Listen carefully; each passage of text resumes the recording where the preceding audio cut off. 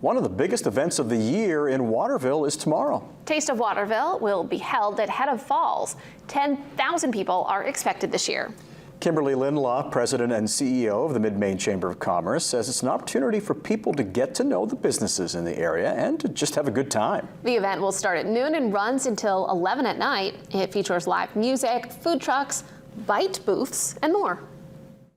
The Taste of Waterville started as a sit-down downtown Main Street event and has morphed into more of a community-wide food truck event. We have cornhole now, we have vendors, we have beer cards, beer tasting, so it's morphed into a bigger adult-focused event. We've had a lot of construction, a lot of activity in the greater Waterville area, Main Street in particular, and it's a tremendous opportunity to come down, walk around, check things out.